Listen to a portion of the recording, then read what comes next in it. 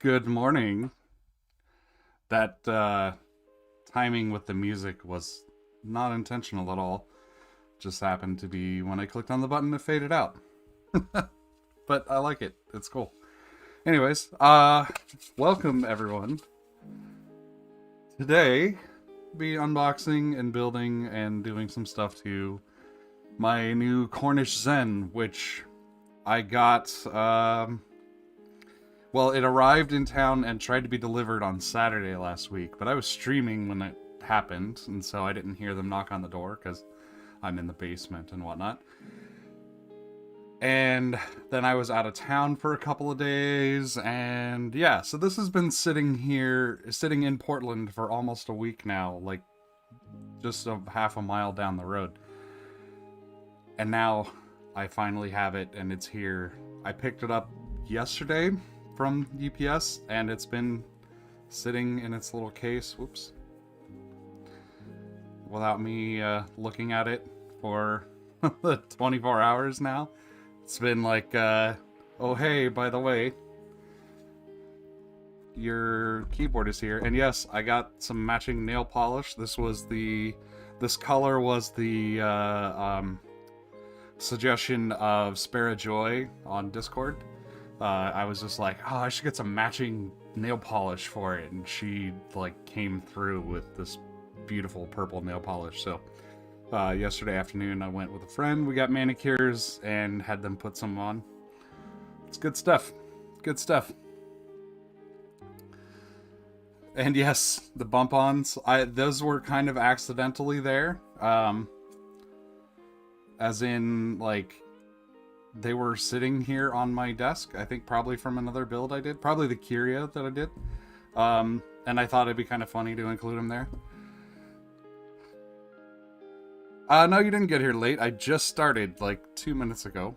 Well, 5 minutes ago, according to OBS. But anyways, so one of the things we're going to do is we're going to take these Clurpz that I've previously modded. They are just chalk perp switches that you can get from Board Source. But I've taken the click bar out of a chalk robin and stuck it in there so they click. Because I like the tactility of that. But they're still, I think, a little too light for my tastes. So I bought some 30-gram switches for them. I also have some 35s, but I'm going to try 30s. So that, we're going to do that today. I have to do the firmware for this.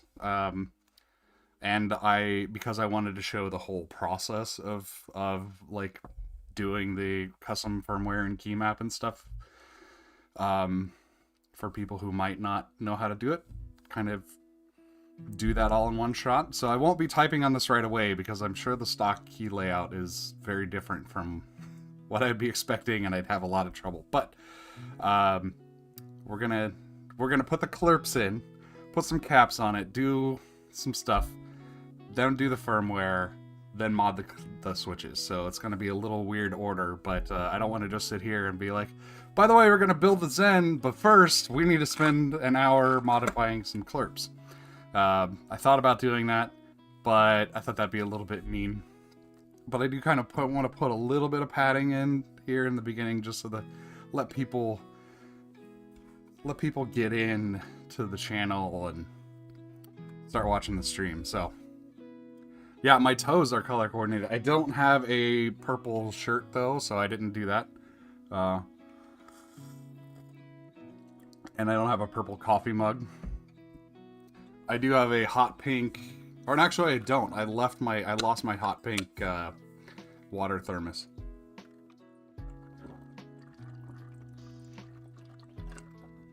So I don't have a hot pink or a purple or a hot pink or anything water thermos. But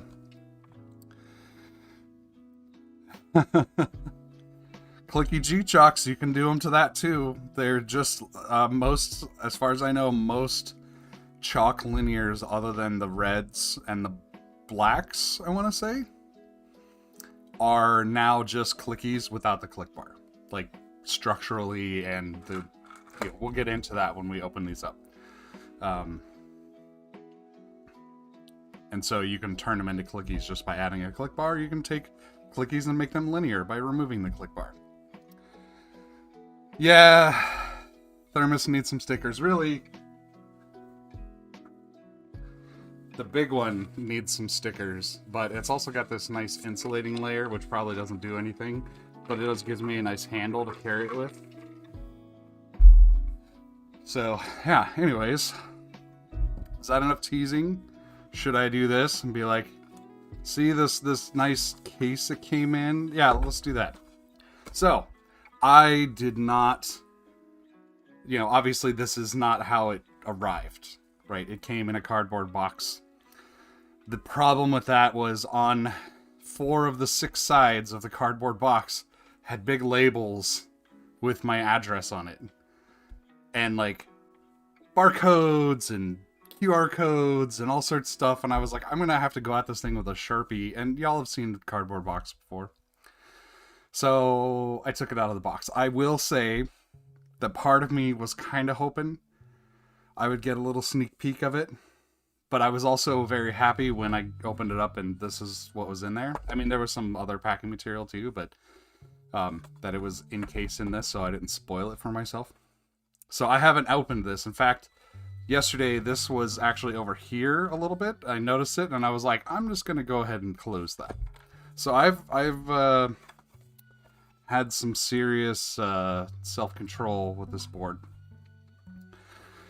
But fortunately, time is here. So in the box, there was some packing material, and then I got this nice card. Thank you for your order. Thank you for making my first group buy a success. Please consider leaving an honest review on the Corne-ish Zen product page. In appreciation for your next review, or for your review, I'll send you a 10% off coupon for your next purchase. Thanks again. Signed by Daryl. And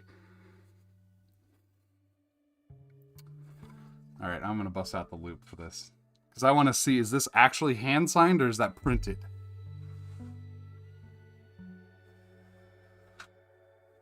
You can usually tell by the ink.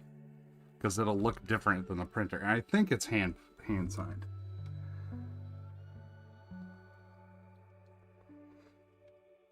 Whatever. The lights, the battery's dead on this, and I don't feel like busting out the microscope just for that. But even if that's hand signed, I'm assuming they're all hand signed just because of the way. Thanks again, Daryl. That's a lot of signatures. Like, I wouldn't do that. My handwriting is terrible. I don't know if you've seen it.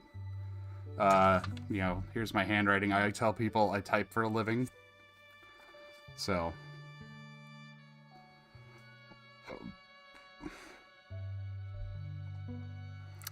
Okay, handwritten, yeah, cool. And then on the back, it's like, please recycle all this stuff. But, I'm not recycling the card. I'm going to set it off to the side now. So, inside, Daryl was kind enough to give us all, or I think it was an option, maybe. But either way, these nice cases, which, I'm not really having a good idea for, hey, how big is this thing? Was a little worried this would be huge and bulky and stuff. But that's actually really nice. It's a good size, good weight. Doesn't have switches or caps in it, so it's going to be a little lighter than... Or it's going to be a little heavier once it's fully built. But it's a good size. And, it's pretty firm. So I would totally feel comfortable throwing this in my big backpack with all my backpacking stuff and carrying it across Japan, say. In terms of, it's going to protect the board enough. And it's compact enough that it's I don't feel like I'm carrying... this is... would be, the biggest piece of electronics in my pack, but whatever, it's worth it. It's worth it to have a good typing experience on the trail.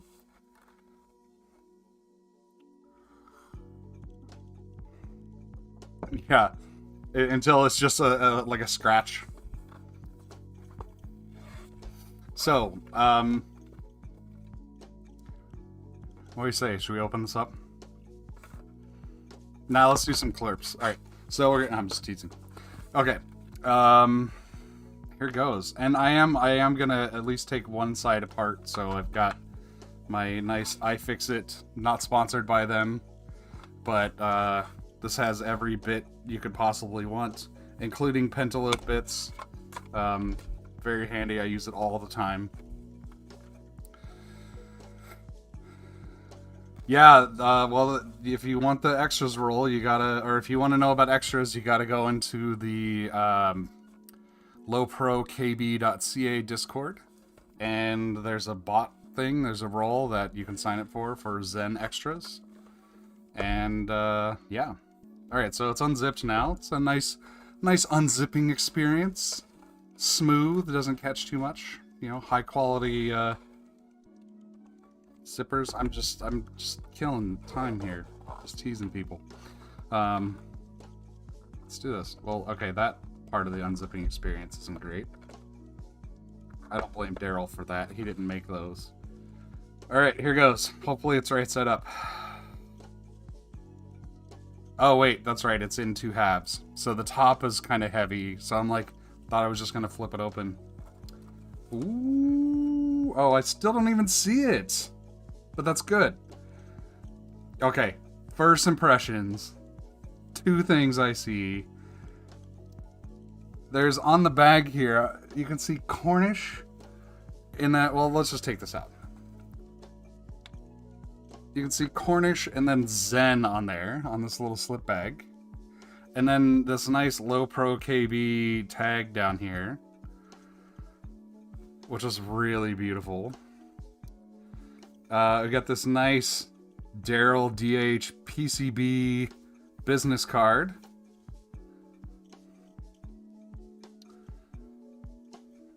So this is going to be an upcoming build stream. By building a Curie again. Yeah, I thought about doing... Well, like I said, I thought about modding my Clurpz while I was killing time. So this looks to be... I mean, that looks like a, you know, a standard... I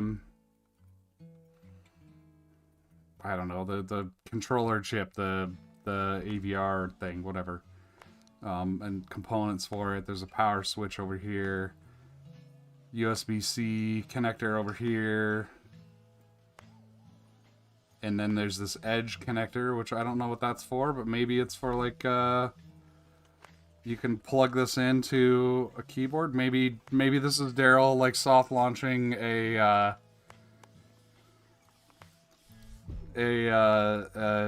you know, hot swappable controller keyboard thing that's like 10 times bigger, but it has plenty of room for the logo. I don't know. This is really cool, and I want to figure out what I need for it and build it and see what it does. I love the Canadian flag. I will say one thing about Canada is their branding is on point. They put the Canadian or the maple flag or maple leaf everywhere on everything, and it's just a national identity. It's wonderful. Okay, so we'll set that aside. We got some awesome stickers, or an awesome sticker. It's not cut, but that's fine. I will cut it, and I'll put one of them on the board here. lowprokb.ca sticker. Ooh, we got a big Corne-ish Zen sticker here. This is the nice retro, like, Miami Vice sunset kind of look. Or sunrise or whatever, kind of that like 80s, I don't know, what do they call it, chill wave or something wave kind of aesthetic. It's got this nice, this case has this nice little pad in the middle here, so it protects the halves, holds the halves nicely. All right. So it feels nice. I can tell which is the top and or what's the top and the bottom by feeling through the bag here. All right, let's go ahead and move this stuff away. Sadly, it's non-functional. Like it can't do anything. Vaporwave, that's it. Like the wiring just doesn't line up or something.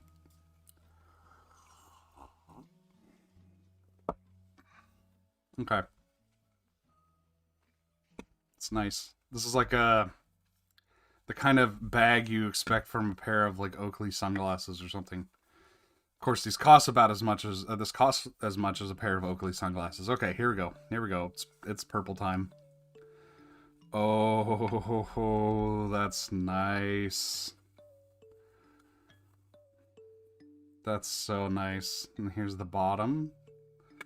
Nice and shiny. Let's see. Hashtag bump on gates. Oh, I have all of my bump ons and all of my screws.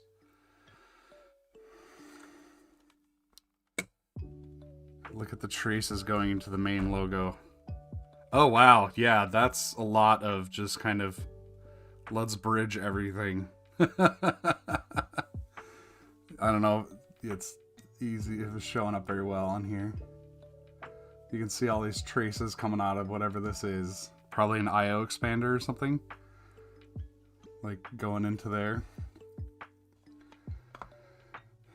A bag. I didn't know that was a Canadian pronunciation. Ooh, so nice. It's really light too.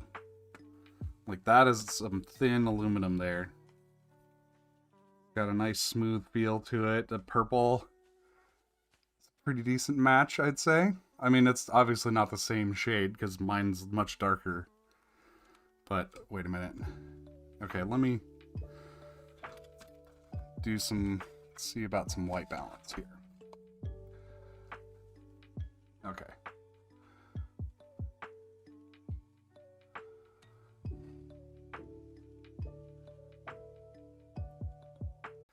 This kind of transparency and to have it be that smooth requires seriously polishing the shit out of the mold. And that's not cheap. Because any kind of little imperfection in the mold just shows up like you wouldn't believe on the polished part like this. So that's some work that went into there. Let's see, can I snap that closed a little more? Okay. So that sticks out just a little bit, but that's okay. It's only on the one. Huh.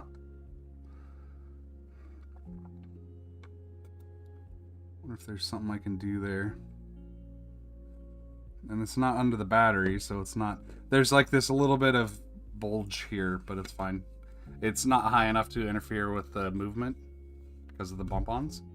So, okay. I'm going to turn this on. Got our little power switches on the side here. Got our e-ink displays initializing.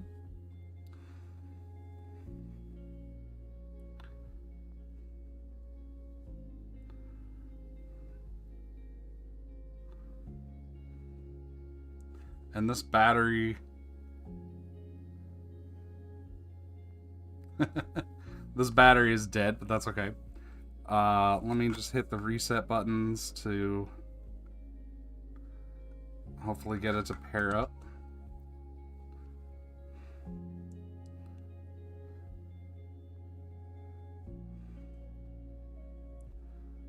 Maybe. It's doing a little dance. Okay, well, that is the Zen. End of stream. Thanks everyone for coming.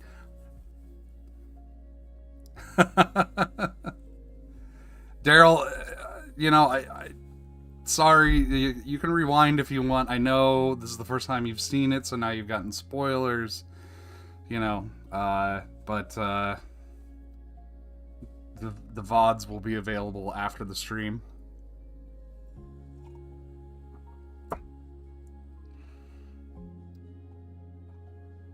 Okay.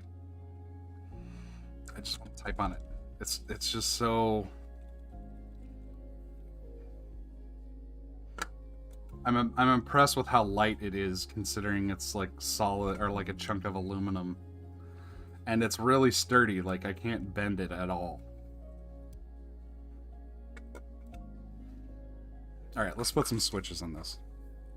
It's probably paired, I don't know. I haven't paired it to the computer yet, so I don't know if it's working. We'll see. Let's put a couple switches in.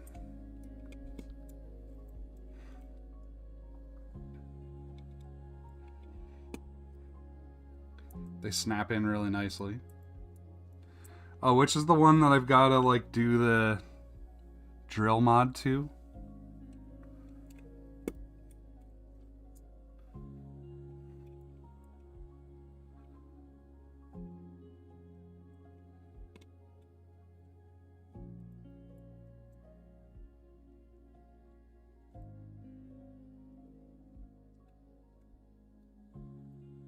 The B key. ZXCVB. So this one?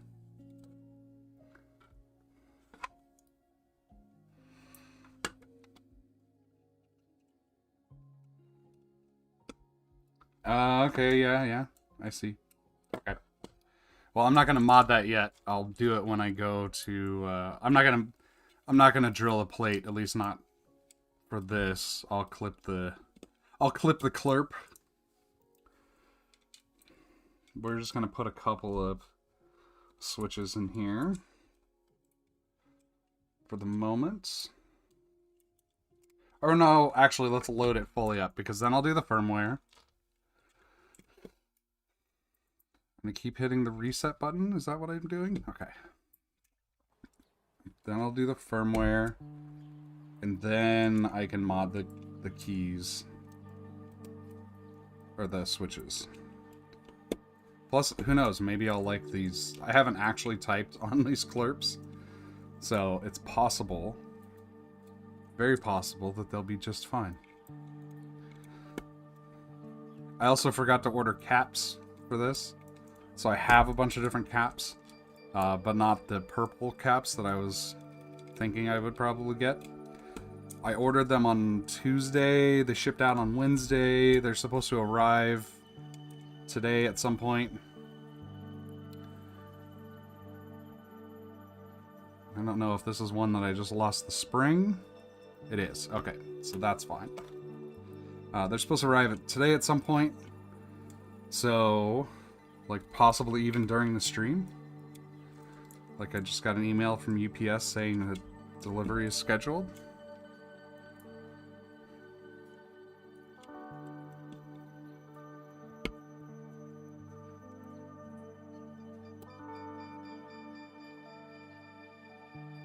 But meanwhile, I have some pink caps.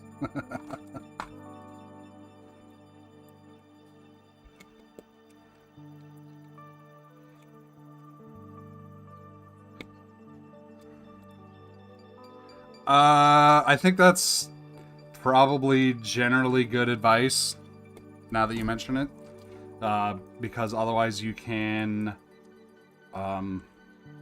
if you get the pins not quite aligned in the hot swap socket, you can push the hot swap socket off the back of the board. Of all of the hot swap insertions that I've done, I have done that once. So, yeah. It's fine. I don't even think about it. I mean, you're not wrong. Like, you should probably do that. Well, also, these hot swap sockets, I think, are supported a little bit by the case, or by the back plate. So they're less of a concern. Oh, shit. I was going to take this apart. Okay, let's do that. How can I do this without scratching up the case? This is gonna be the hard part. Wish I had some rubber coated tweezers. Do I? Do I have some rubber coated tweezers?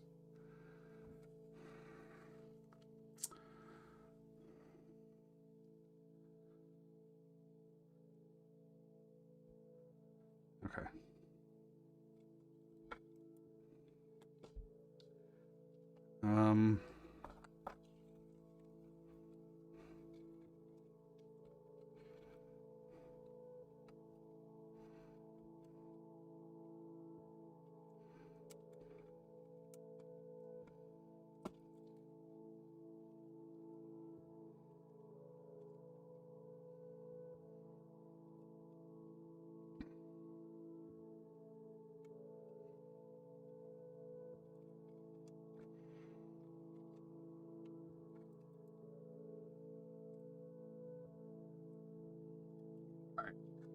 what we're gonna do is we're gonna take the bottom plate off, and I'm gonna push the switches out from the bottom. So, if I remember correctly, this is a 1.3 millimeter hex.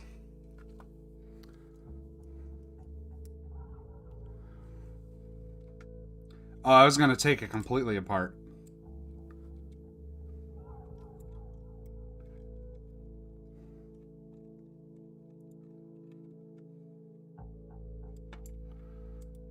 Okay.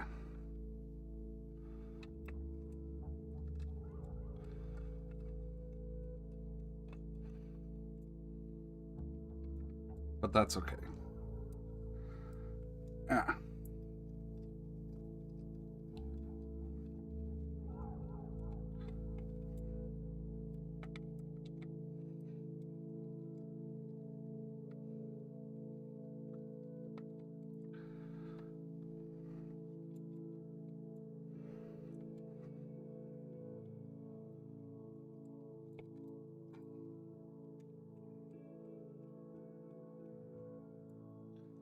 All right. So let's pop the case out of here without screwing up my nails. Looks like I can grab it here a little bit. And here, there we go.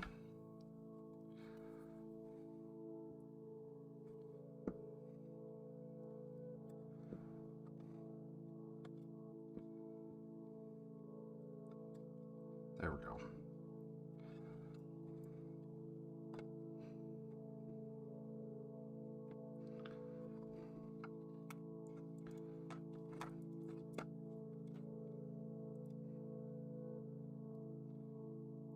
Don't break it, don't break it.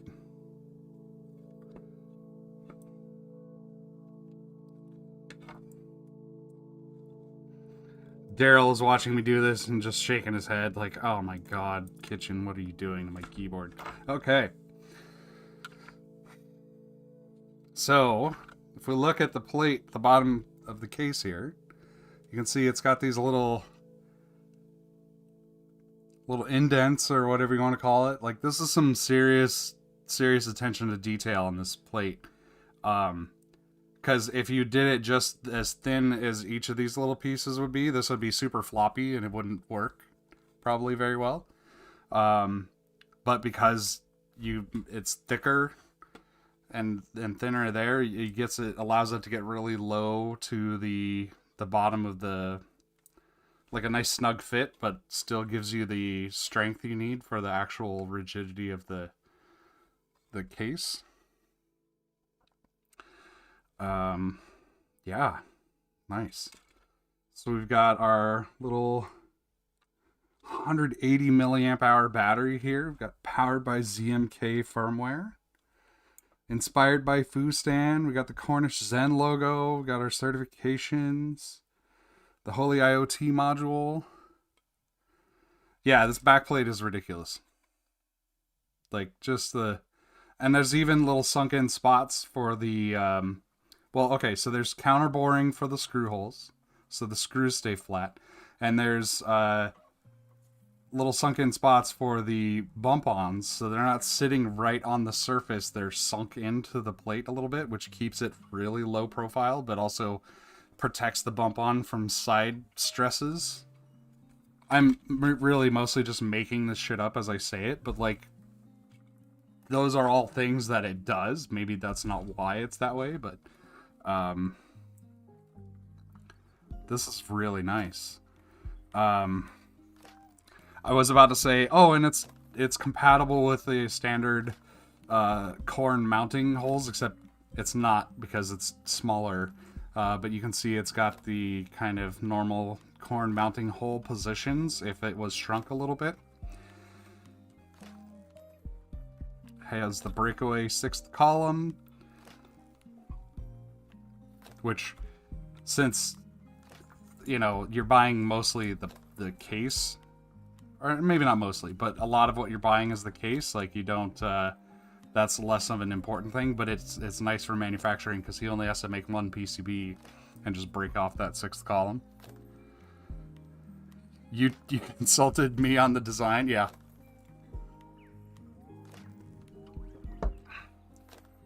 Yeah, after you had already designed it, right? I remember in Daryl's how to build a Zen video, he was talking about lining up the screen inside the hole here. Because it's the screen on its PCB isn't like always perfectly aligned. And he wanted it so it was nicely lined up in here. I mean, just this, the attention to detail and all this thing, or all this stuff. This is amazing. There's a little hole in the PCB here for the battery to go, so you get this nice, thick, chunky battery in this compact space. It's got the JST connector. There's even pads there, so if you're doing a PCB only purchase, you can solder your own battery on there, or like if you replace the battery later, you can solder it on. Solder it on. Words. Okay, let's see if I can put this back in here without breaking things. Okay. Yeah, this thing is gorgeous. Just so compact and...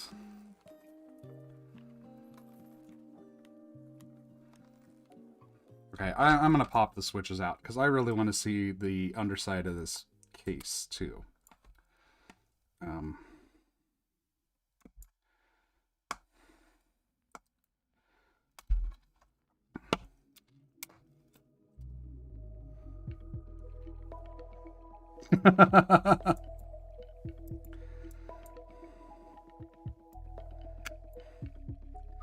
Yeah, no, as far as keyboards that I've had input in, I only claim credit for the Reviung 41 LP.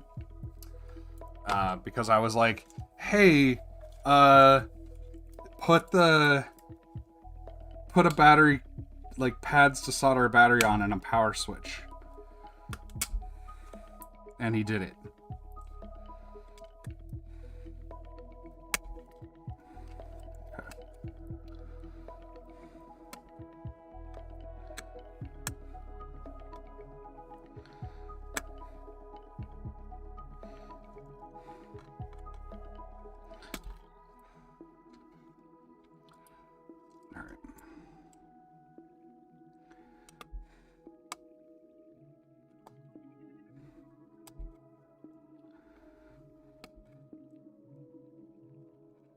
Come on.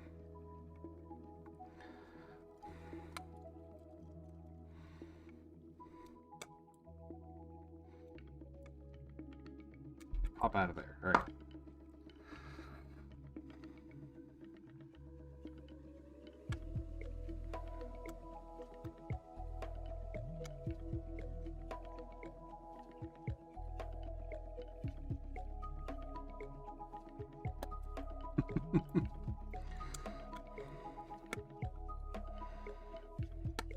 Just doing a little structural stress testing on the board. It's fine.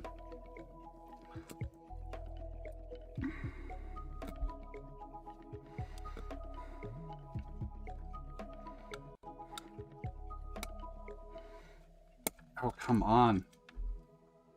Let me get a flatter or a bigger tip. Might be easier to push on these little pads. There.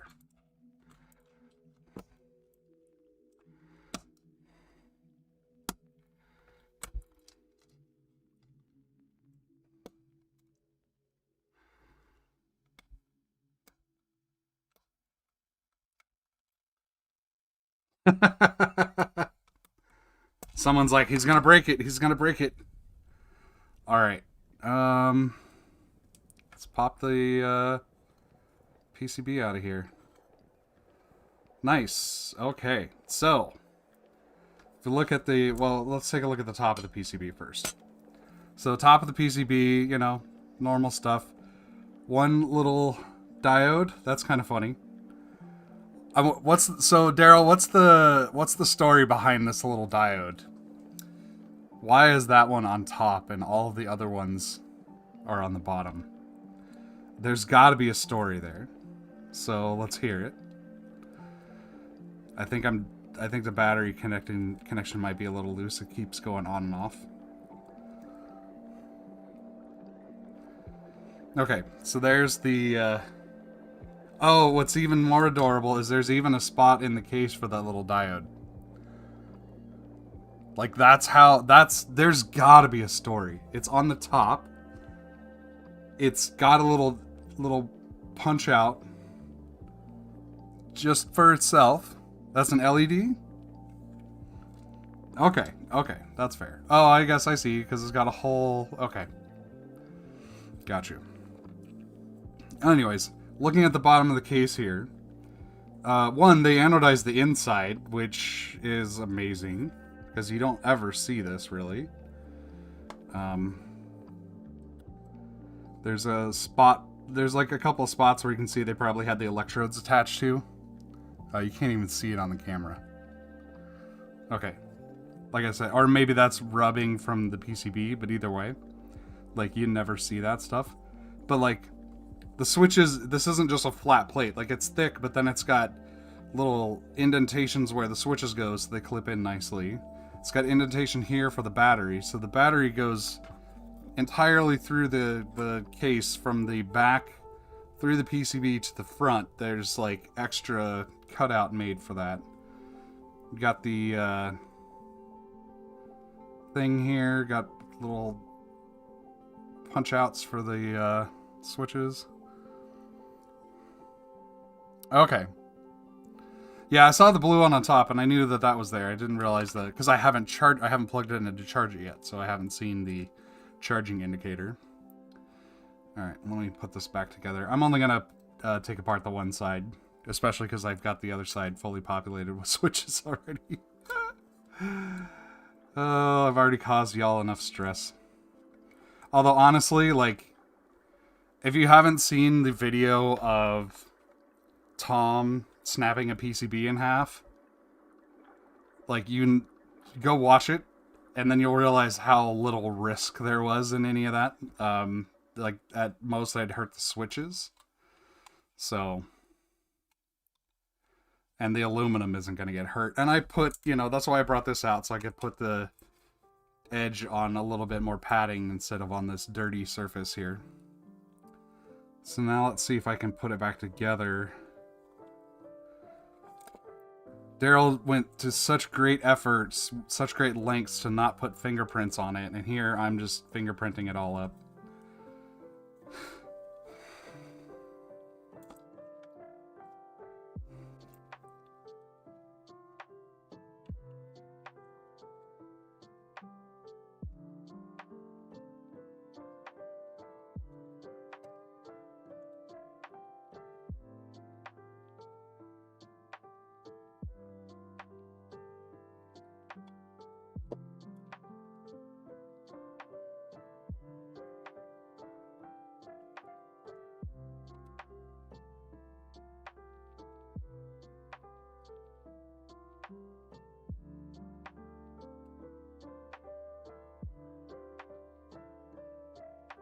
Just a little bit of shmoo on the edge there. It was keeping it from going in nicely. This is like a sprue mark or something.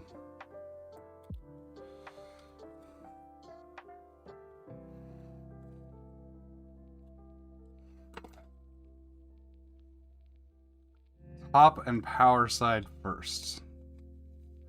If only I had watched Daryl's video on how to assemble this. I totally did.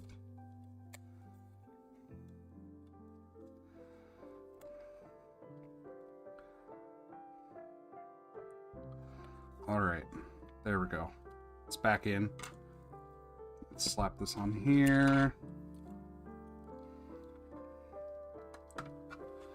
Put the screws back in.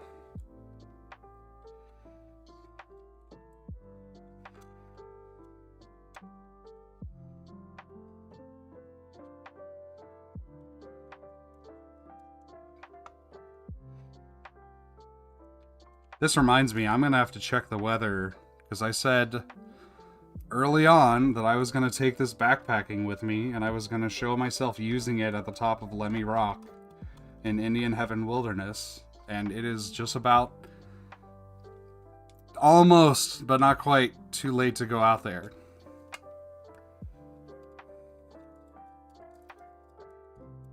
So I'm gonna have to see what the weather is like for next week, and I'll go hike out into the woods with my Zen.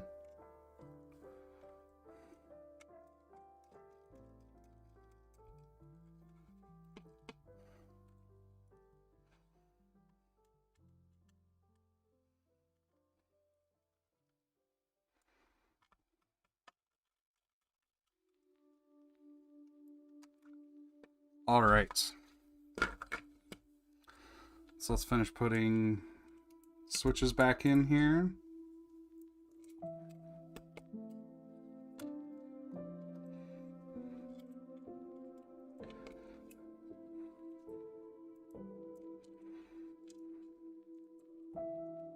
Seriously, this purple is amazing.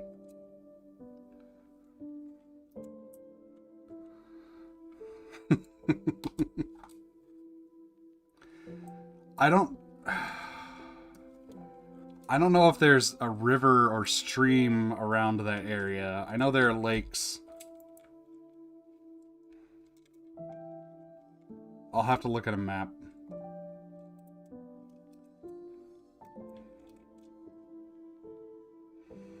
Okay, well that's got a bent pin. Okay, I'm gonna set that off to the side too.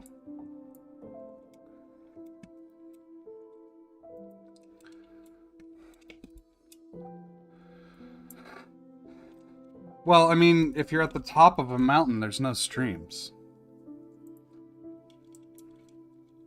Because all the water is below you.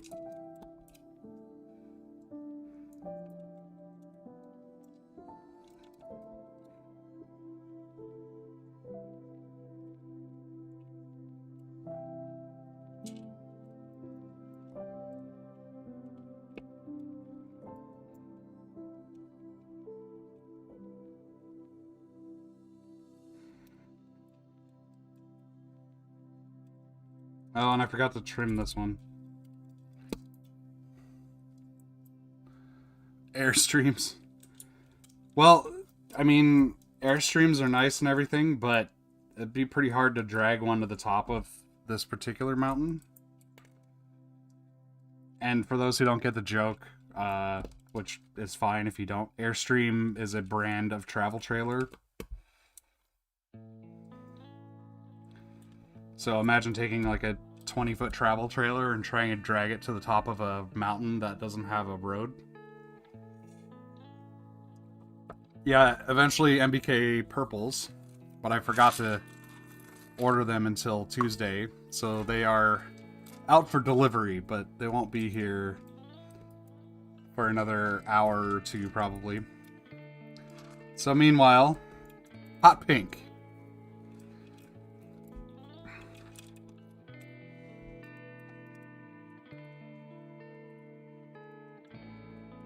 Which actually looks pretty good on these, this, I'd say. It's a nice offset, contrast, whatever, words.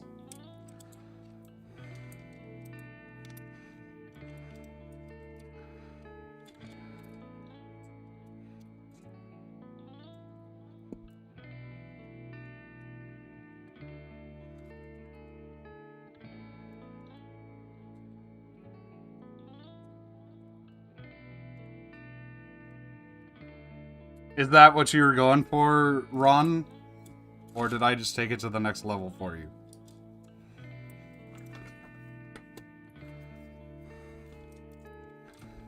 Because it was a good joke.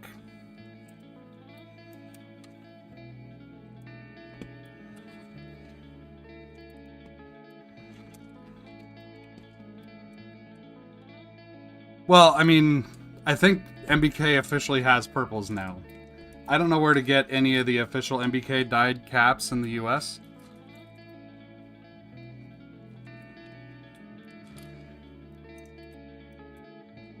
But I got mine are from all of my non-black and white MBK caps, except for my hollows, are from MK Ultra, who dyes them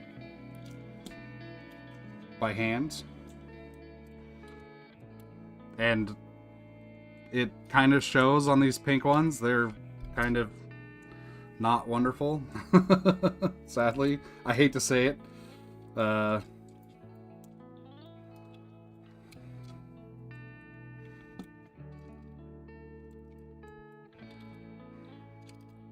Alright. I don't have any homing caps for these, I don't think. So we're just going to go with this. And did I really only have 43 Clurpz? 44 Clurpz?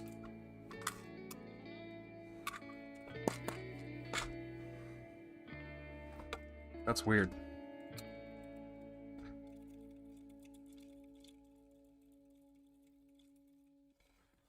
Alright, so I'm going to quickly pair this with my computer.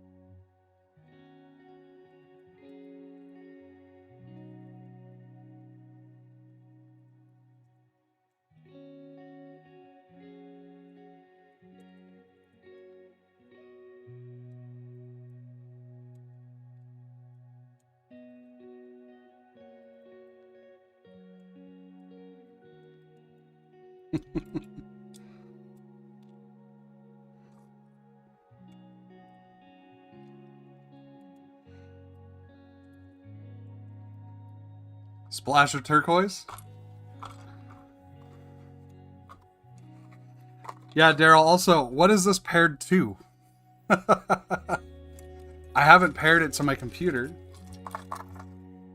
But it says it's paired to something.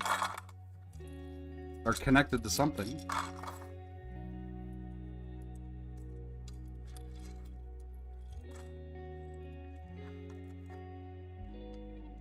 We'll get it figured out.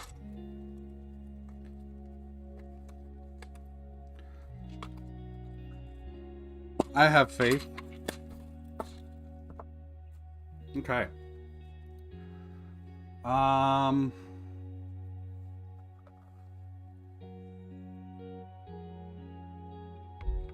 Let's see, Bluetooth. Preferences.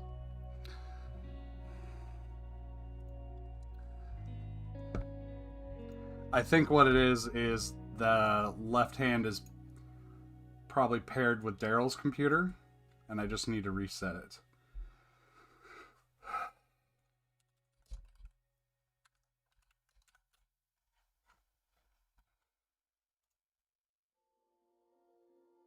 Not paired yet?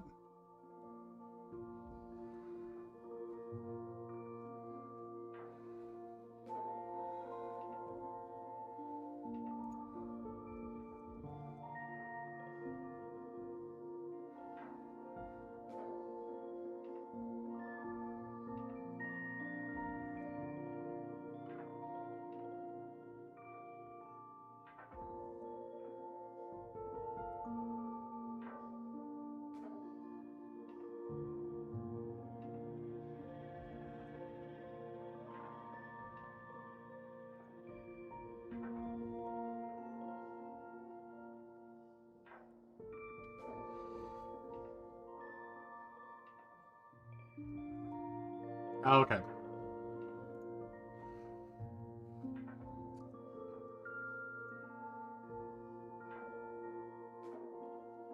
Okay, there's Corne-ish Zen.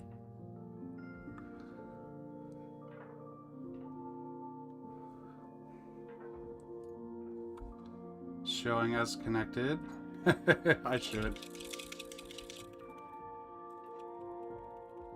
I am trying to pair this to my Mac, and I think you said the firmware was not compiled with the new ZMK.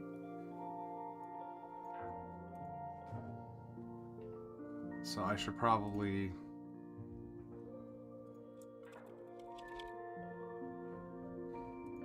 fix that. Okay, well, it looks like it's paired. Nada. Okay. Let me... Desk with Safari, no. With microscope, bench only. Safari, there we go.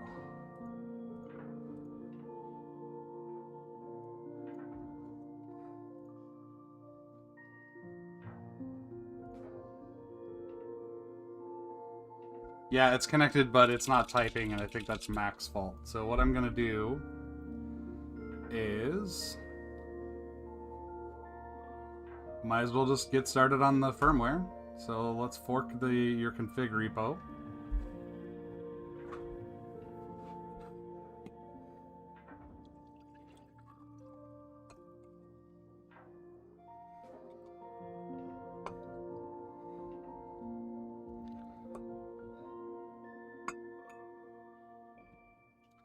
And then enable GitHub Actions.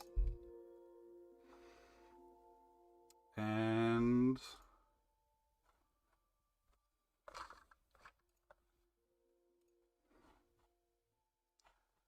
bust out iTerm as well.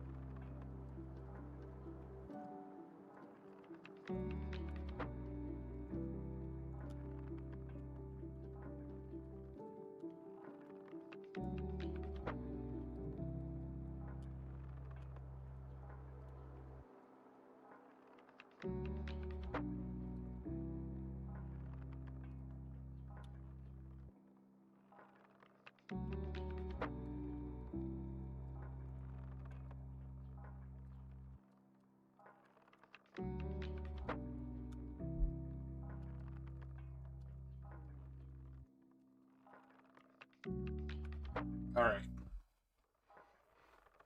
That'll kick off a build.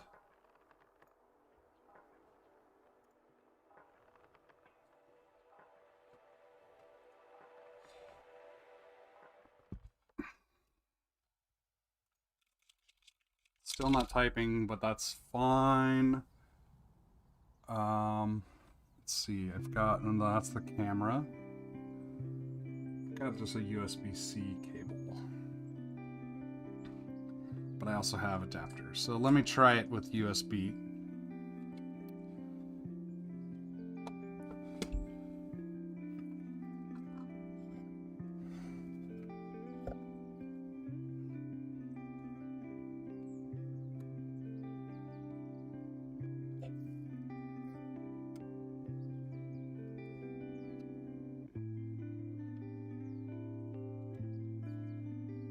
The charging indicator works. Alright, and that types.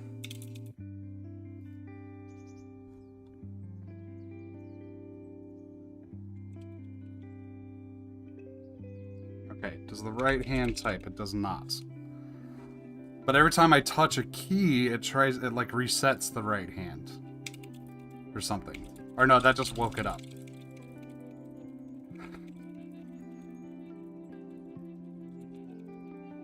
Okay. Let's do the reset dance again.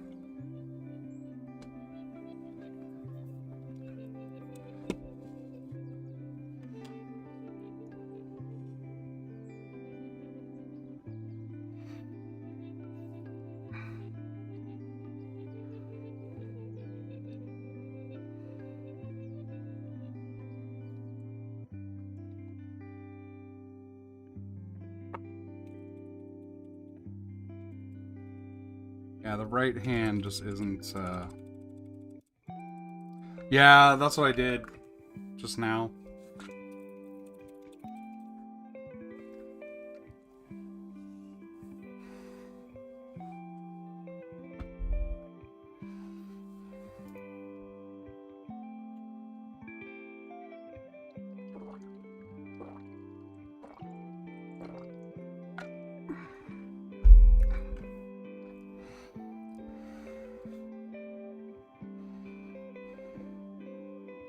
Okay, yeah, that's kind of like the nuclear option.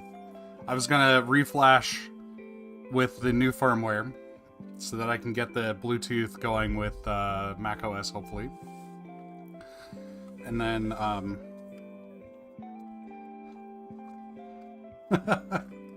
well, and you said you paired them at your place, right? Before they left the factory, basically.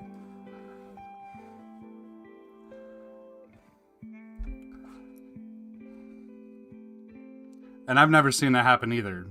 Like, it's possible maybe that I have... No, because all of my nice nanode keyboards that I have right now should either be turned off, like power switched off, or a unibody, so they don't even try to pair. So it's not like it's pairing with the wrong one. But even if it was, it would probably say it was paired, which it doesn't. So, who knows? We'll get it figured out.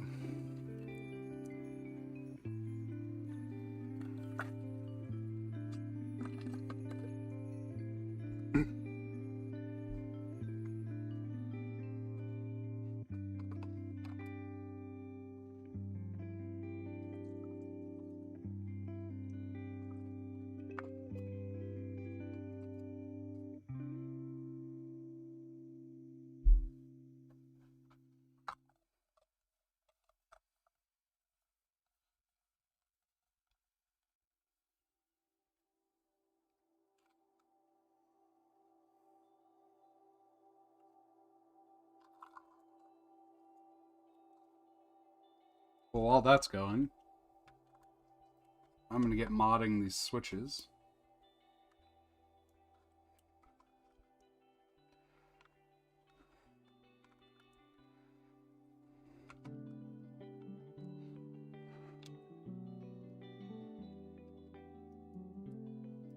So if you've never modded chalk switches before, the way I recommend doing it is to open them. You got a 1mm flathead screwdriver bit, which comes in the iFixit kit. You wedge it, you stick it like, here's one with an actual spring in it. You stick it next to the switch, or next to the stem, between the switch case and the stem. There's a little hole there. Stick it in there and just kind of pull outward and pops the top right off. And then what I do is turn it around, do the other side, but hold on to it because that spring is it's strong enough it'll fling all this stuff everywhere, which is how I lost one of the springs here. And take it off. Get rid of the old spring.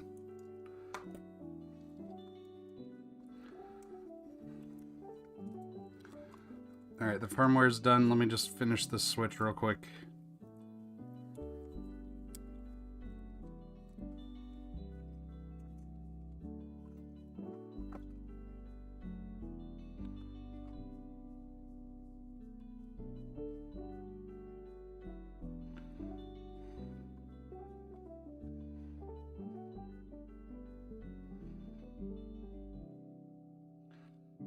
Take your new spring, and I always do it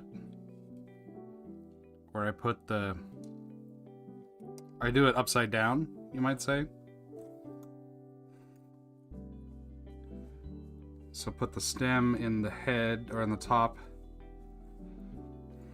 spring in the stem,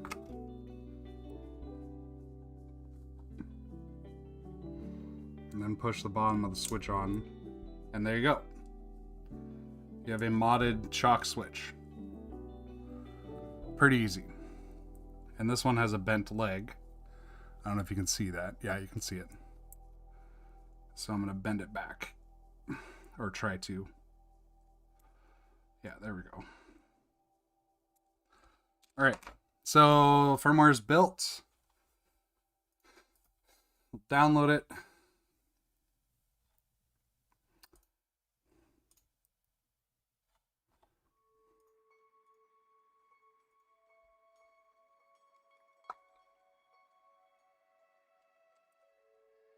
Okay, put it in pairing mode.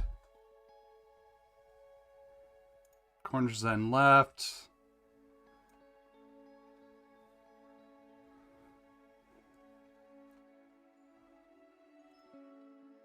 It's copying it over now.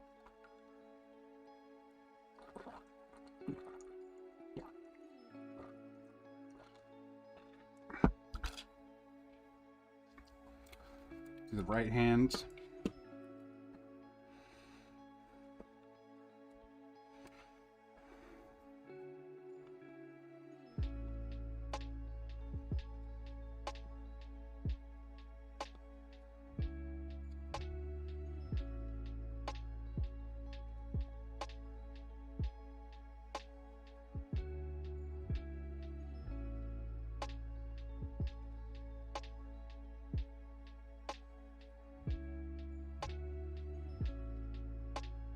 Alright, so that's both halves paired. I'm gonna just shut them off completely.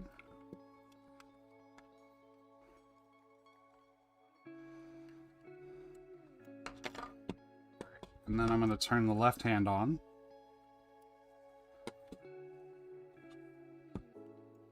Then the right hand. We'll see what we get here.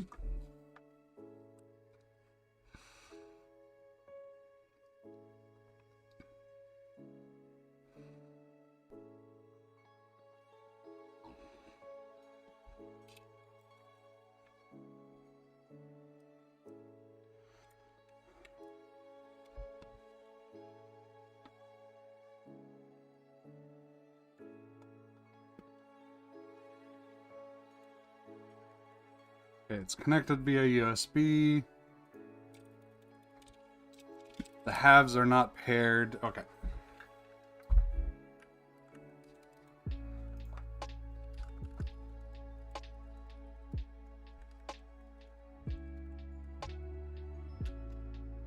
So, what Daryl suggested, and this is what I'm going to try, is there is a ZMK firmware that you can flash that will reset all the Bluetooth settings.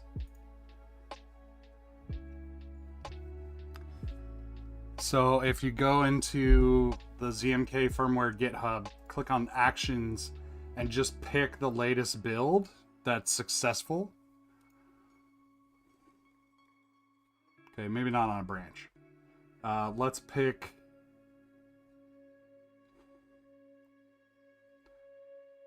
the latest main build.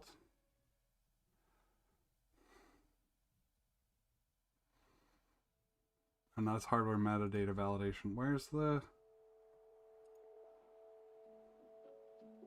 There we go. So over on the left, you've got all these jobs. Nice Nano V1 files? Okay. You've got all these jobs. Blue, micro, blah, blah, blah, blah, blah, blah, blah. Nice Nano. So it pre-makes some firmwares for various boards. But one of them is this settings reset. So what you do is grab the settings reset files. Where are the files? View workflow file. No. Archive artifacts. Summary jobs. Did GitHub change this? Oh, okay, my bad. So you go back to the summary page for that build. Then you look here at artifacts. And you look for the Nice Nano settings reset ZMK. Download that. And then just as you normally would, you flash that UF2 file to your board.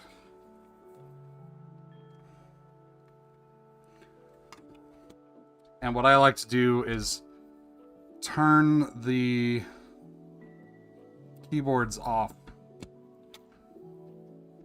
so that it doesn't have any chance of like automatically pairing to the wrong thing or whatever.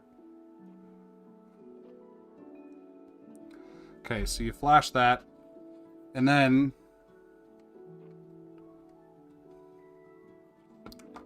flash your normal firmware.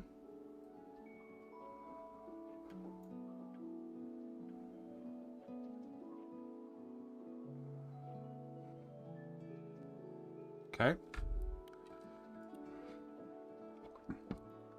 And then I'm going to turn this off.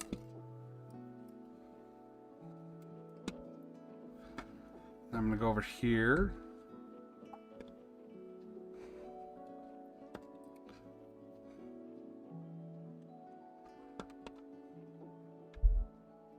Flash the settings resets.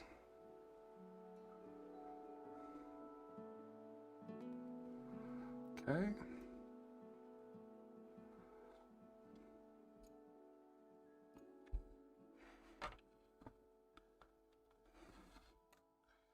And then flash the right firmware.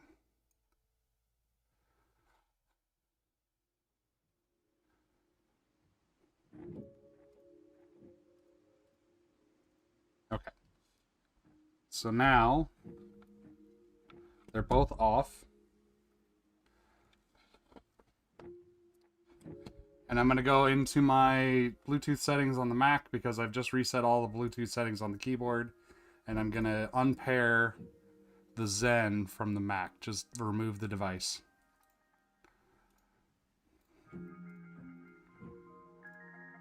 Okay. Then put this in here. Turn the Zen on.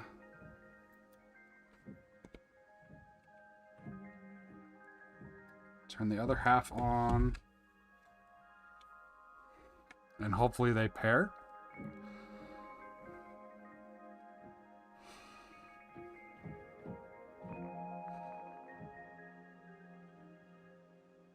Well, I've got a check mark here, so I'm assuming that's good. It's not paired with the computer, but that's fine. So let me plug it with USB to test that the pairing is working.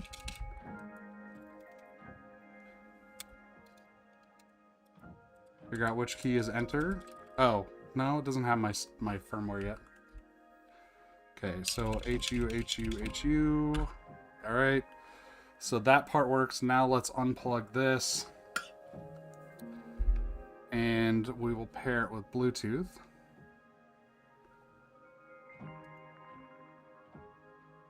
Bluetooth preferences.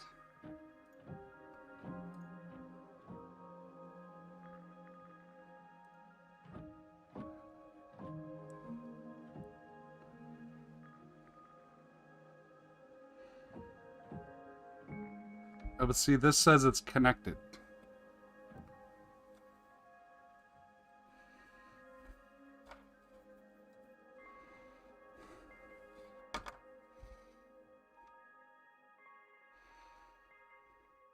Oh, because it was. I thought I removed it. Okay, well. It is now working. Whoops. That's where enter is. That's right. There are 30 or 42 keys on this, so enter is over here on the right. I found out. Yeah. So it's now fully functioning wireless with the Mac. Both halves are working. Perfect. Okay. So I'm going to well, let's do the let's do my key map. We'll port my key map over. So Tmux ls, what do I have here? I just rebooted recently, I guess. Or we'll just do Zen XW.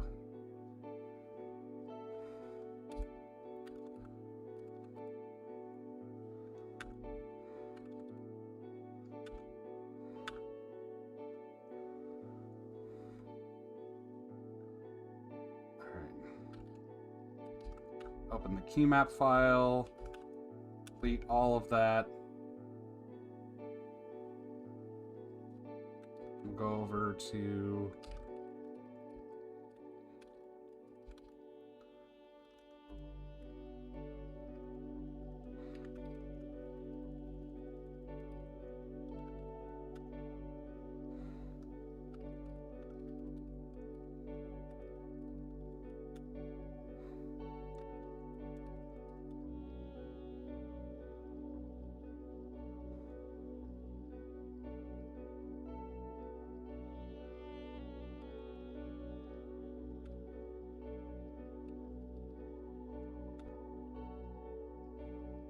does this have my combos?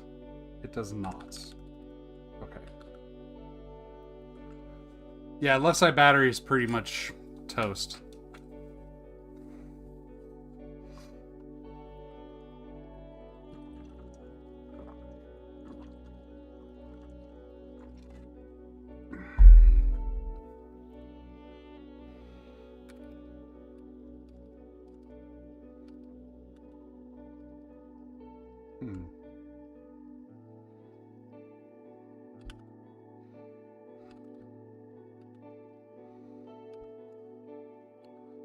Trying to think. I just did.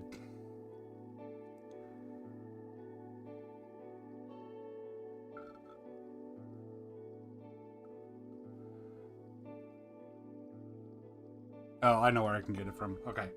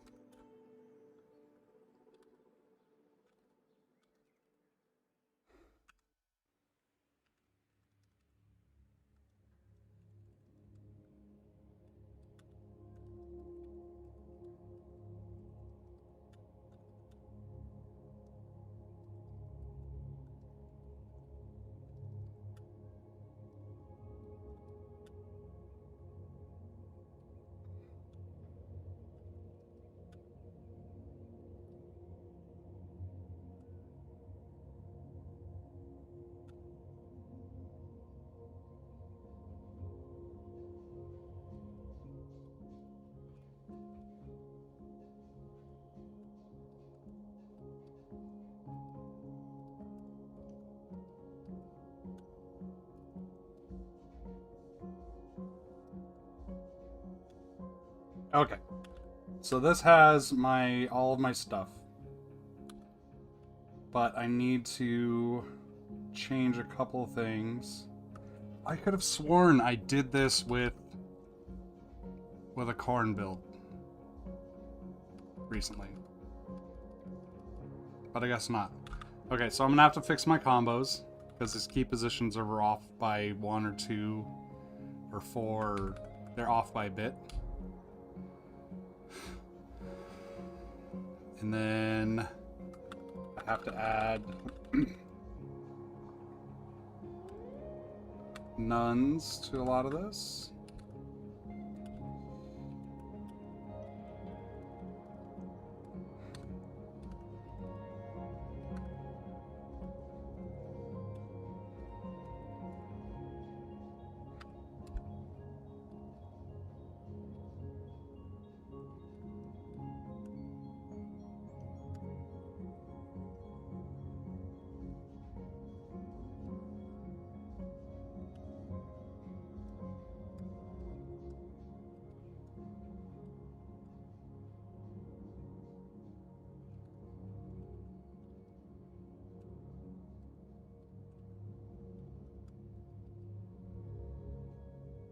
think that should do it.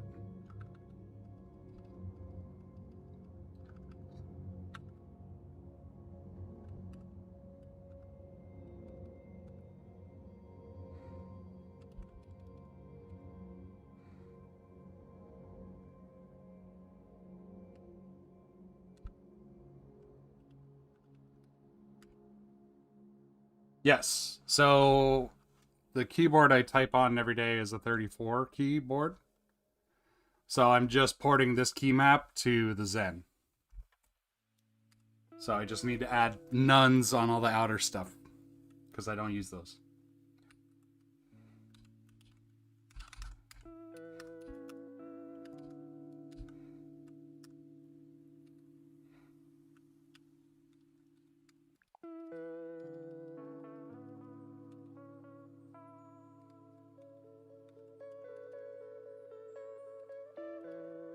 It's a lot easier to do that than to try to go like, oh, which keys are which on my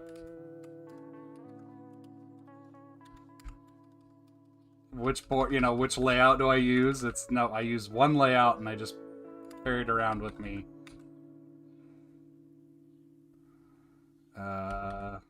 Whoops. Control V, that's what I was looking for.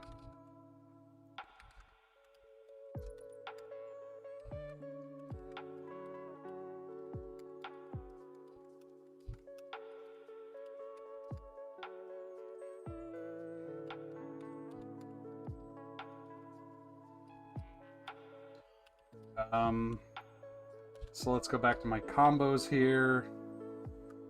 So home mods are okay. I already have those set up right. So okay, key positions. So they're 0 indexed. There should be 0, 1, 2, 3, 4, 5, 6, and then 7, 8, 9 for the enter keys, or for the enter key. Fortunately, I don't have a lot of combos, so this would be really annoying. I will say I like how QMK does their combo definitions better, but I understand why ZMK does it this way. Hopefully it'll get better at some point in the future, but it's fine.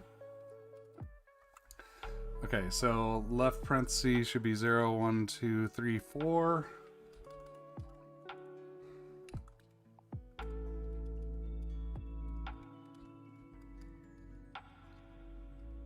Right parenthesis should be 3, 4, 5, 6, 7, 8. This doesn't seem... Oh no, it does seem right. So everything just shifts by 1, basically. So this should be 2, 3. 2, 3.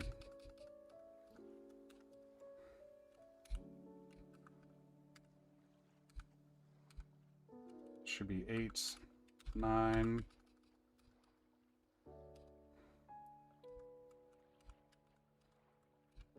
1, 2.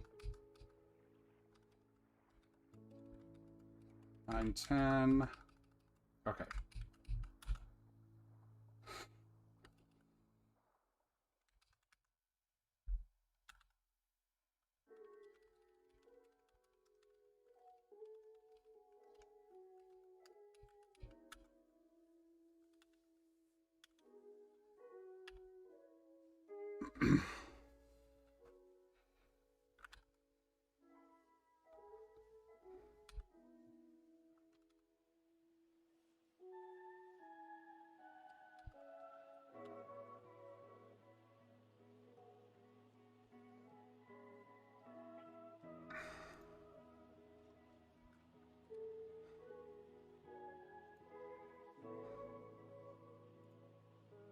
All right, so now we're building my personal normal firmware. You can use them with homerow mods on QMK. It gets fiddly with how you do them, I think. There are still some limits, I think, because you can't use the homerow mods. You can't use modifiers in the combos if you're using them on mod taps or something like that. I don't know.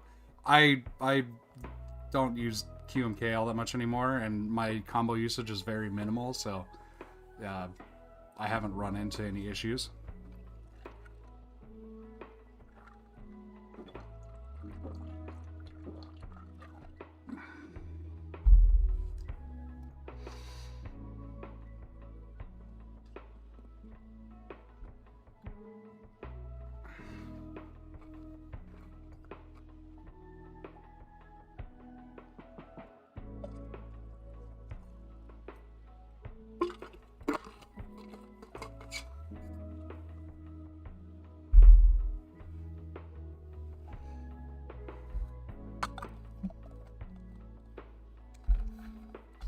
while we're waiting for that to build, let's do the all-important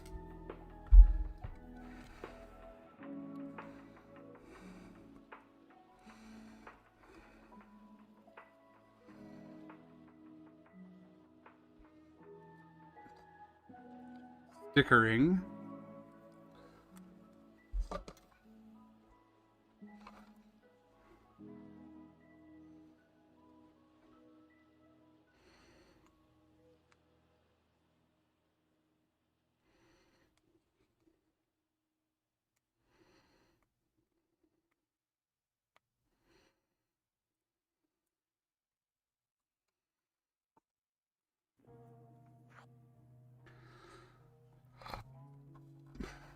Boom.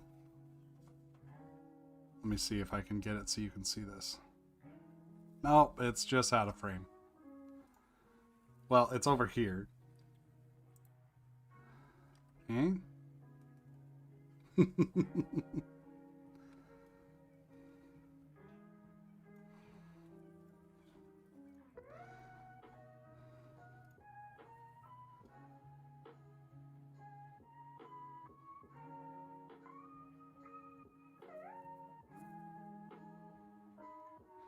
Alright, so let's download our new firmware with our new key map.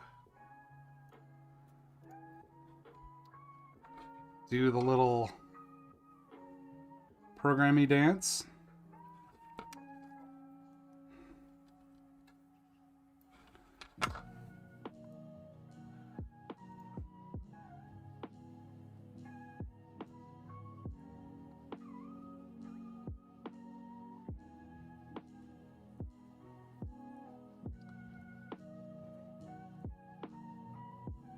Okay, so that's one half done.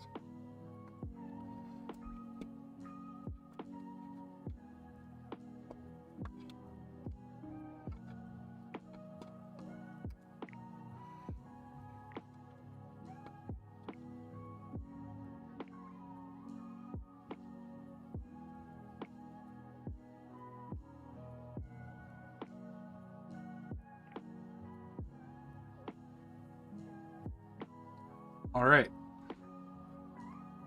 So let's see if it has my... So it does have layer 02.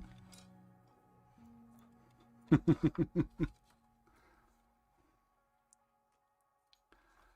right.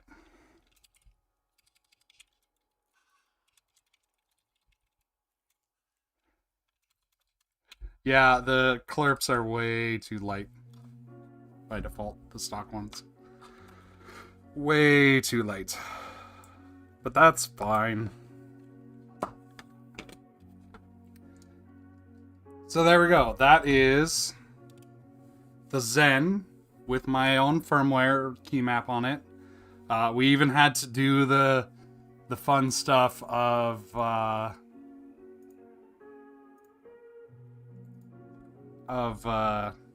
the ZMK settings reset dance, which, you know, I don't know why. Sometimes you just have to do it. I don't know. I've only had to do it when I've had to do it. I've only had to do it once, and then it was done. And it was mostly around like repairing between the boards. Although I think I also tried it when I was having problems with Mac OS pairing issues, but it turns out that was just a wider problem with ZMK. And I have not had any problems pairing Bluetooth boards to my iPad, so yeah, it's been just fine. We even put in the little turquoise touches, or turquoise touch. Yeah. I don't know. I will say this is very high on the list. It always has been, but it's very high, very high on the list.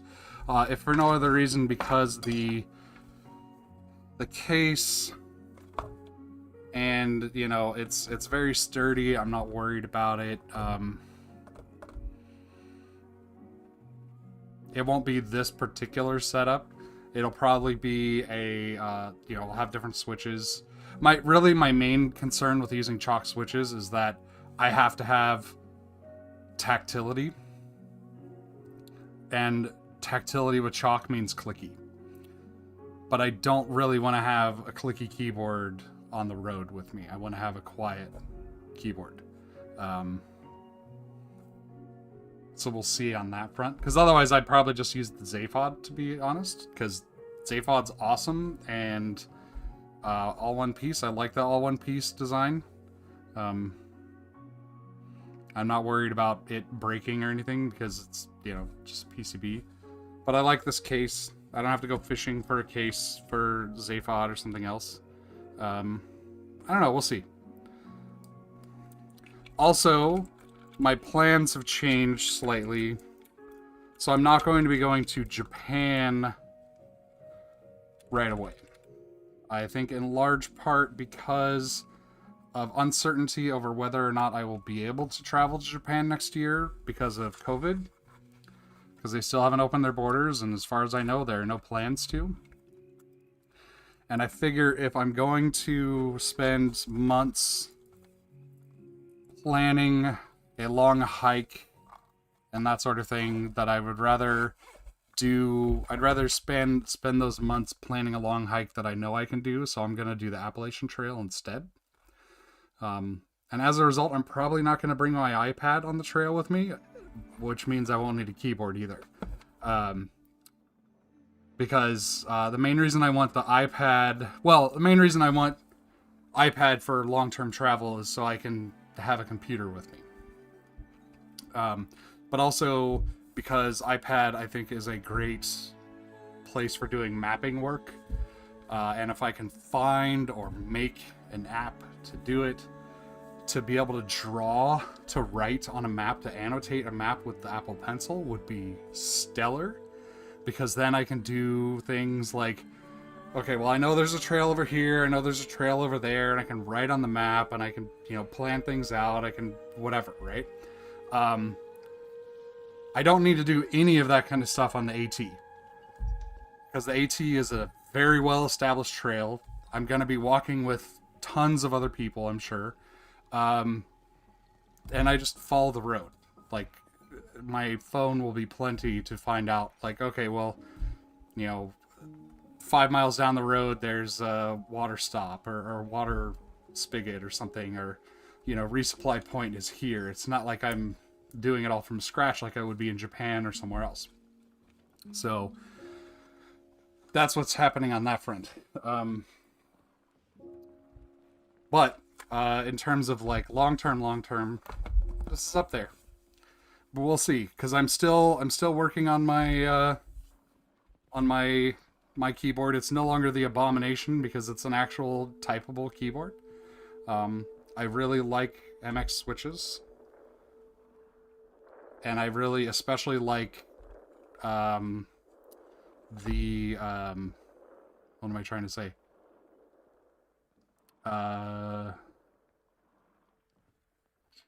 Gazoo Boba U4 switches, because they're very tactile and very quiet.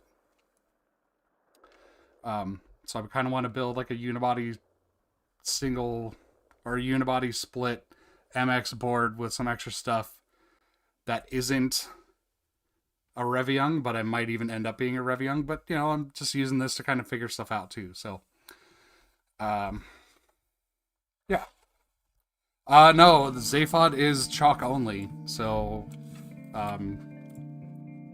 it's I have robins in the Zaphod, and those are there. Those are, you know, because they're soldered in, unless I want to desolder them, which I really don't. It's just permanently robins. I did order one of the Group I Zaphods, and I will be figuring out, you know, whatever needs to happen to get one of the Zaphod lights that Pete's coming out with, that's based on the Arduino footprint, or the Shao footprint. I'll do that too. But that's a, yeah. Anyways, that's the Zen. Here it is. All in its glory. The case is really nice, I will say, and it's firm enough that I'm not worried about it getting bent or beat up too much or something like that. I will say that for my use case, no pun intended, for my purposes, this and something to hold them in together would be plenty enough, because mostly what I need is protecting the switches and the caps from getting snagged on things when I stick it in my backpack. And also just protecting the case from some scratches and stuff like that. So, like, you know, having some sort of bag, like, even if I could have a bag like this with a sleeve inside of it, so I could put both halves in there, this would be plenty enough for me. Because the keyboard itself is, you know, it's not gonna break, right? Like, it's just not. And hang on. Whoops, I just messed everything up.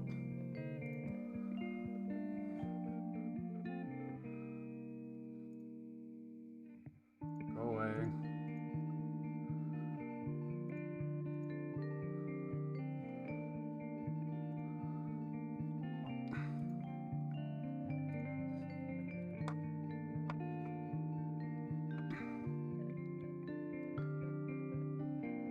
I haven't heard what it's like to type on this without my noise canceling headphones on yet, so I don't know how pingy it is.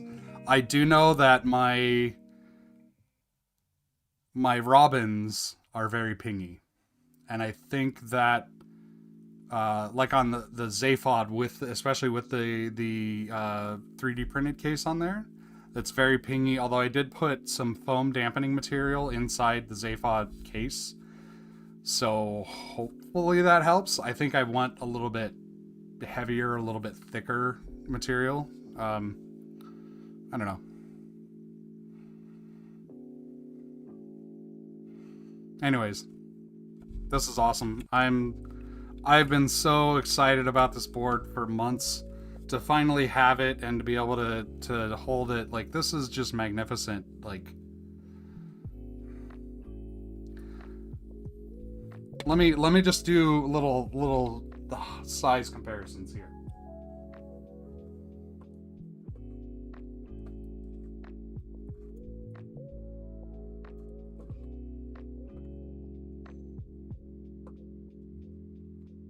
So, of course, we've got banana for scale. And it's obviously much smaller than the banana. And slightly more useful. It's got a few more keys on it.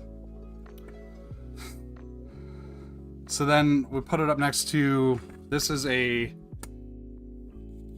Corne Light with Chalk V2 switches and no plate or case or anything, just bump on gang.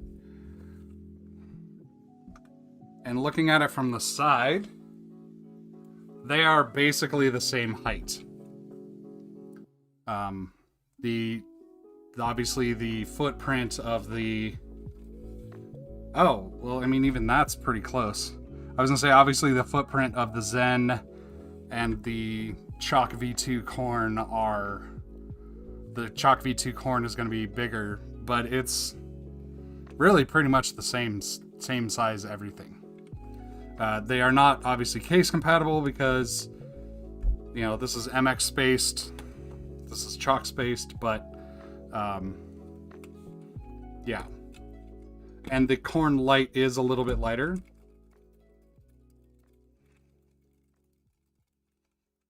And it's got quieter switches. I don't know. It's not nearly, obviously not nearly as pretty as the Zen though. And I don't have, I didn't build this as a wireless build. But this is just kind of for comparison. So that's the Corne Light.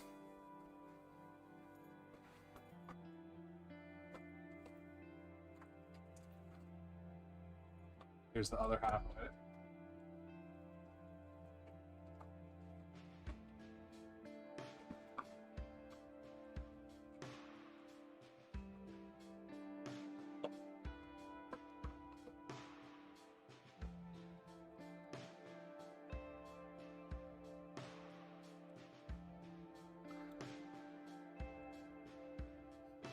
here is, this is the Corne LP, or at least it's the Corne LP case. This is actually a V2 Corne PCB. I prefer the V2 Corne PCBs over the V3 LPs because they have a reversible controllers footprints, which is nice because I like to have the battery under the Nice Nano and the Nice Nano face up. That's about the only reason. So if we look at this from the side, they're also basically the same height. The Corne LP is a little bit taller. I'd say the Corne LP is a little heavier, and this is also MX spaced.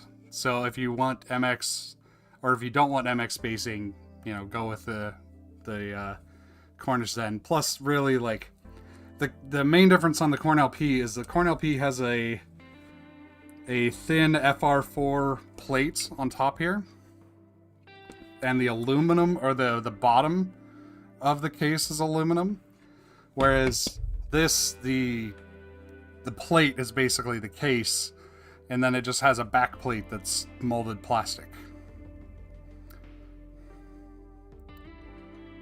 Oh yes, and those, yeah, these were graciously provided by our good friend Tom, the keyboard magpie, and magpie sticker over here.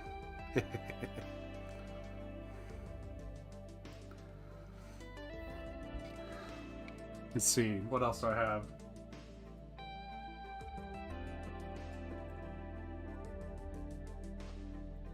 So we've got like Reviung 41 low profile here too.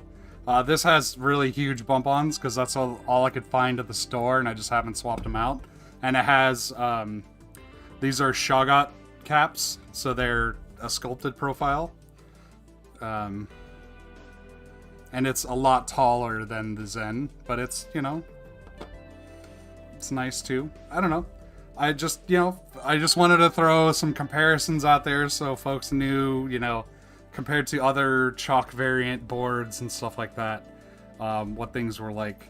Also, like, to go back to the Corne LP for a minute, and really even to the Corne Light. So this was built, I built this with wired. If I built it wireless, it's a non-reversible footprint, so the controller would be sitting up pretty high. And then you've got this wire here, and it doesn't have built-in support for a power switch. So, you know, like this power switch here that I wired on here, it looks pretty clean, but it's just not like, you don't see the power switch here. This is a much cleaner design for a wireless build. The Corne LP wasn't, I don't think, intended to be wireless. It was just kind of like, we'll just do a fancy case for the Corne. So while it works, it's not ideal. And again, I'm using an older version of the board just for better wireless stuff. So, yeah, integration wise, like the LP or the Zen is way better. But also costs more. So, and you can't get them unless you already bought one, and get really lucky with extras. You know, you can buy these, you can't buy those.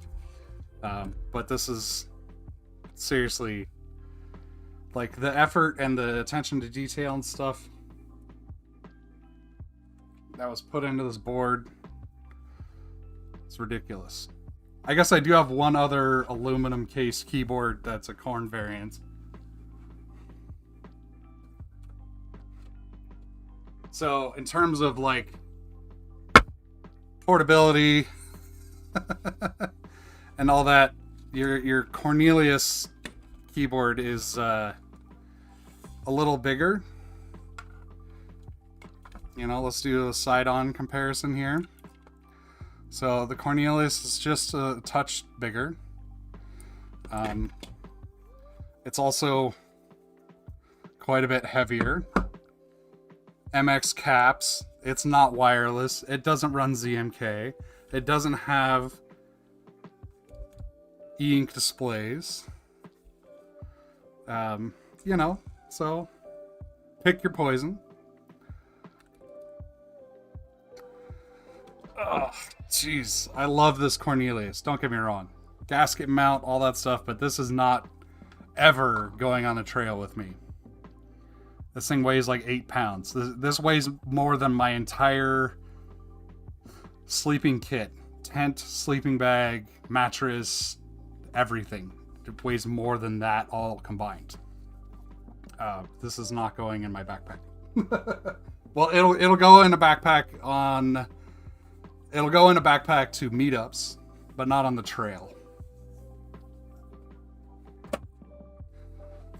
But this could easily go in the backpack for the trail. So, anyways, I was gonna mod some Clurpz, but I really don't feel like taking these switches out right now. Although I do need to take that one out so I can fix the little bit. Let's see here. I mean, you can even see this one's that much closer. Daryl, you said there's a way to turn off the layer display stuff, right? Like it's a config flag. I don't have to...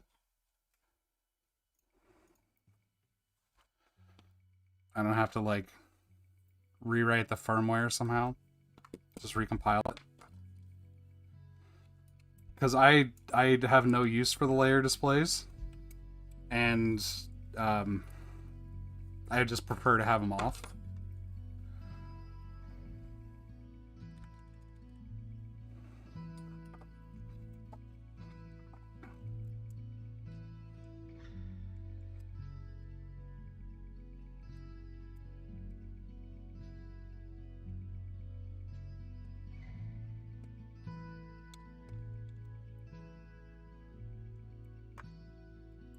Future feature. Okay. Well, I might just go and figure out how to do that myself and submit a PR.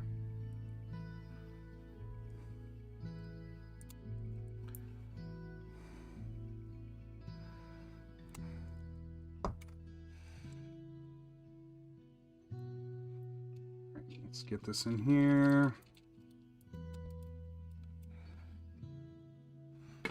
Just a little snip of the tip.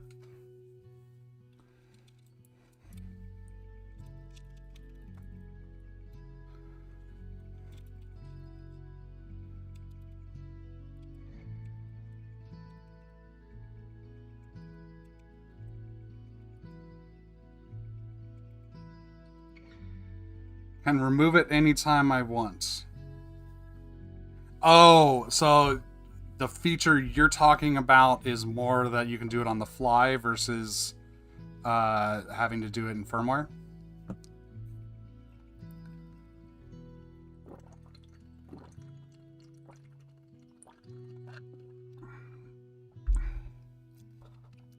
Because I don't mind having to rebuild the firmware. I just don't want to have to, like, fork the code and all that stuff. Just, you know, change something in device tree is fine. Okay. Yeah.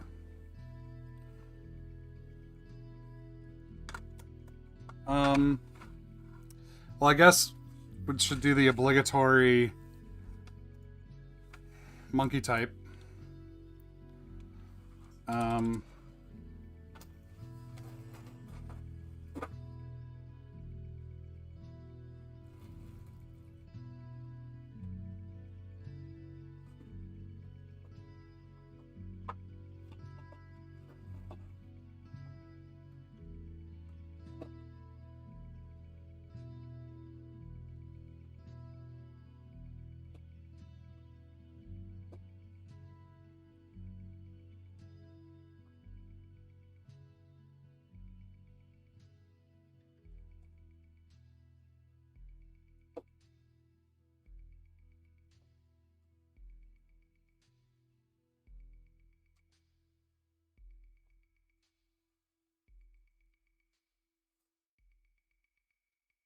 I was looking for some homing caps. Because I thought I had gotten homing caps for these.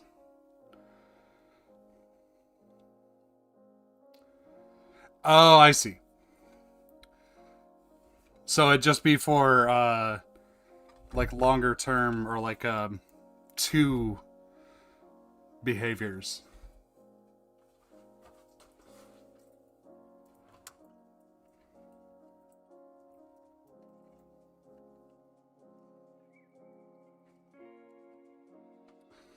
All right. Let's do some monkey type here.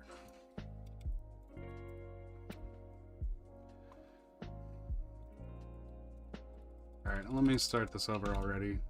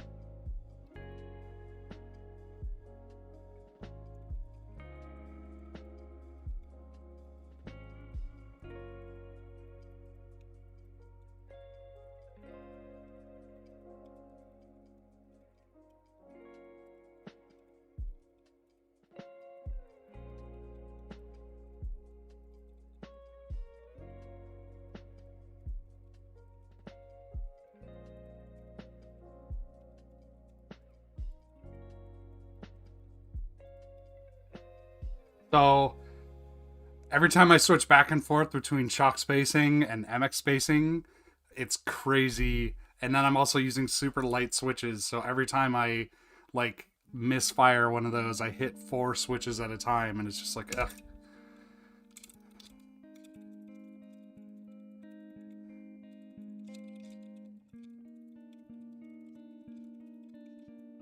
Alright, let me actually take the noise filter off. So maybe you can hear the mic or the and kill the music. So maybe you can hear the typing. Filters. Noise suppression. Close.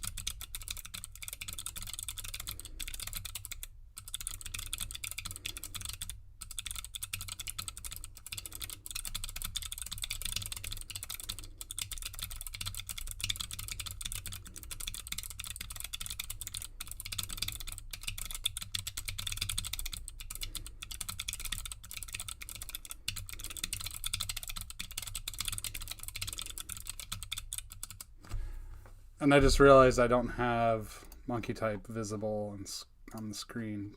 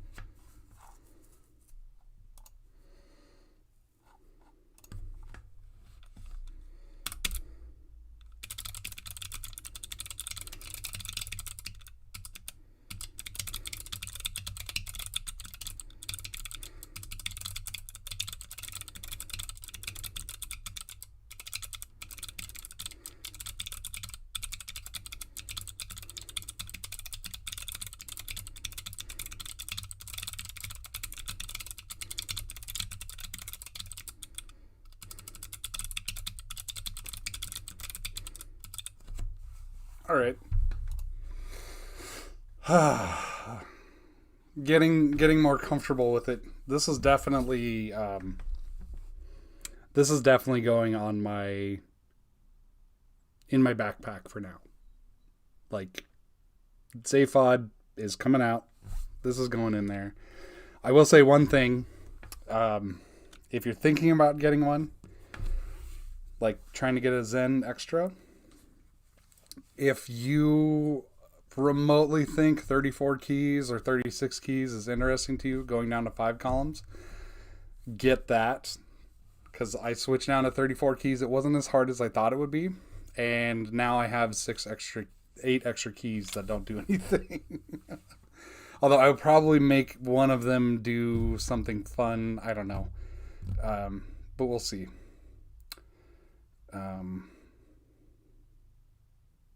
Yeah, I'm so excited about this. This is awesome. I want to figure out a slip bag sort of situation. Because I like the case for sure. This is definitely like, if weight and size is no issue, I'll just get this and throw it in there. But I like for like my proper backpack, just that's plenty enough to keep it protected. Yeah. I need to mod the switches because these are too light. They're going to drive me nuts. But I'll do that some other time. I don't feel like doing that right now because I got to pop all these switches out and I want to be careful about it. And really, I should get some non-marring tweezers or something like that. Emoji keys. Yeah, I've thought about that. The problem with emoji keys is as far as I know, there's no real way to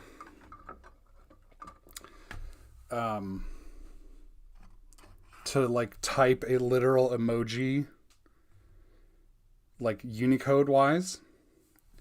I know there's like on Windows you've got like the Alt 0123 or something like that you can do as probably like a macro. Hang on a second. Pretty sure this is just a scammer. Hello.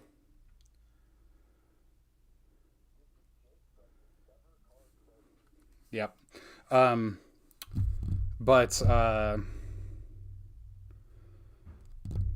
what was I saying? Words. Totally lost my train of thought. So yeah, want to mod the Clurpz. Totally lost my train of thought, and it doesn't matter. Get one of these if you can, because it's awesome. This board is amazing. Yeah.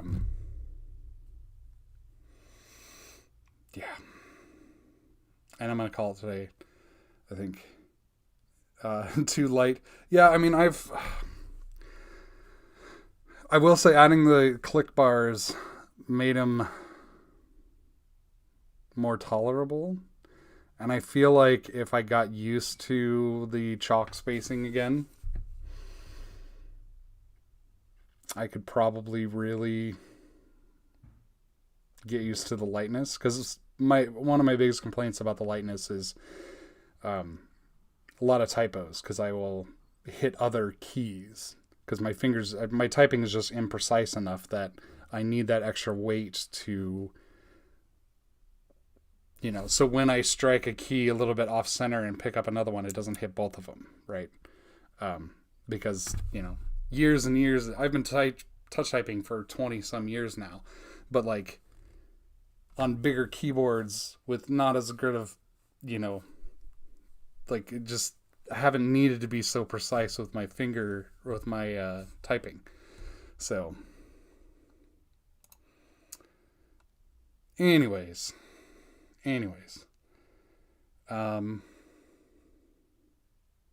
yeah, I'm super excited for this board.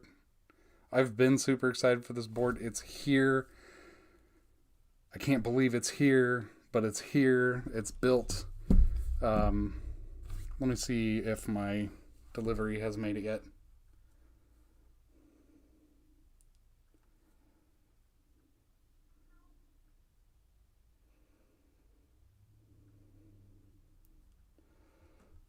Nope, at least UPS hasn't said that it's made it. So no purple caps for today. But you know what? I kind of like this pink and sand, or this pink and turquoise with the purple.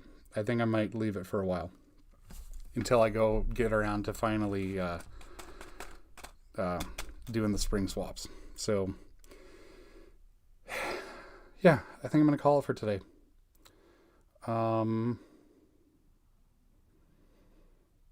Thank you, Daryl, for making this amazing board. The attention to detail you put into this, the amount of effort you put into building these, like you could have sent this in pieces and it would have been amazing.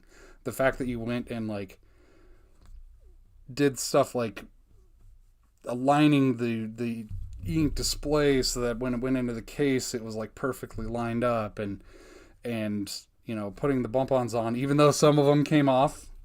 You know, that's fine. I think the only problem with some of them coming off is that they weren't extras. Otherwise, because, like, you know, if I had to put my own bump-ons on, that'd be fine. But it was fully assembled. It was in this nice case. It was just like, I'm blown away by how much effort you put into this. And honestly, like, I'm a little sad because I'm certain that you're probably not going to put as much effort into it in the future. Not that you'll be like, oh, I'm lazy, just more of like realizing just how much effort it was to do it this way.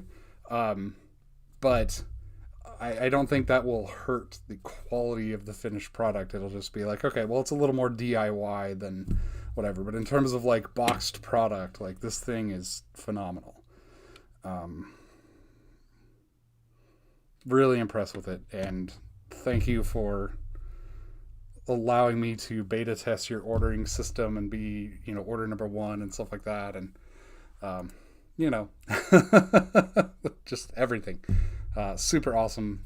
And I look forward to what you do next, because if it's half as good as this, it's twice as good as so many other things. So anyways, gonna call it for today. Have a great weekend, everybody. I don't know what I'm going to do tomorrow. I'll figure that out later. Maybe I'll just mod Clurpz. I don't know. But figure something out. Have a great weekend. Have a great night. And see you tomorrow. Same bat time, probably. And yeah. Thanks everyone for coming by.